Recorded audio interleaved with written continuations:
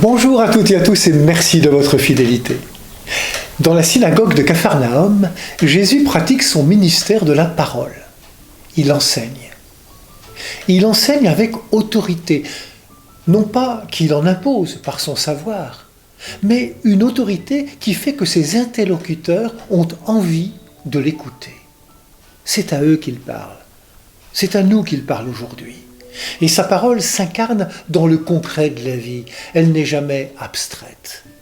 Aujourd'hui, il y a là un homme possédé par l'esprit d'un démon impur qui interpelle directement Jésus. « Que nous veux-tu, Jésus de Nazareth? Es-tu venu pour nous perdre? Je sais qui tu es le Saint de Dieu. » Cet homme est possédé, il n'est pas libre. Vous vous souvenez des paroles du prophète Isaïe que Jésus lisait et commentait à Nazareth? Il m'a envoyé porter la bonne nouvelle aux pauvres, annoncer aux captifs leur libération. Quand Jésus parle, sa parole est efficace parce qu'elle est vraie. Elle vient du cœur même de Dieu, annoncer aux captifs leur libération.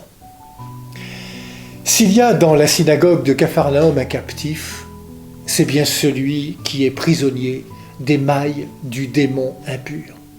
Jésus est venu libérer, et libérer sans violence et sans faire de mal. Le démon sortit de lui sans lui faire aucun mal.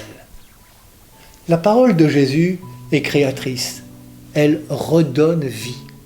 Cet homme, exclu parce que possédé, va retrouver sa pleine humanité et sa liberté. Il est réintégré à la vie sociale et religieuse normale. Alors, on s'interroge. Mais qui est cet homme? Quelle est cette parole qui commande aux autorités, aux esprits impurs?